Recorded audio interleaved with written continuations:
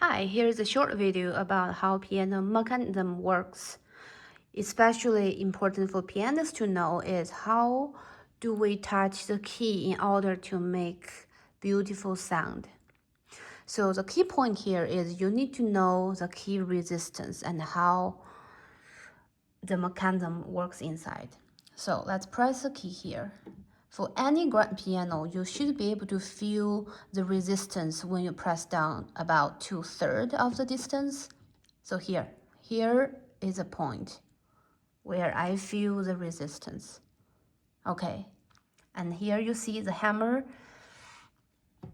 is not striking the key yet if I don't move, but when I press all the way to the bottom, it started to make the sound. The string is vibrating.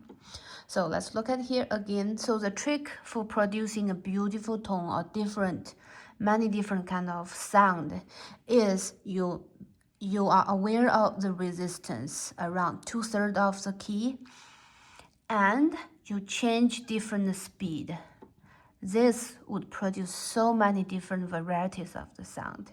But then let's look at a quick strike. What's happening here? Let's look at. So that means if we just do the fast touch, the fast finger movement, the sound is very simple. You are not able to make very sophisticated sound.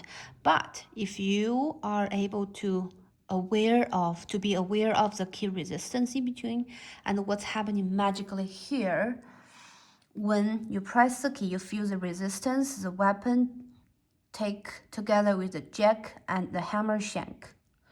But the trick here is actually the knuckle. You see the knuckle, when you press down, you feel the resistance and the jack continue to push,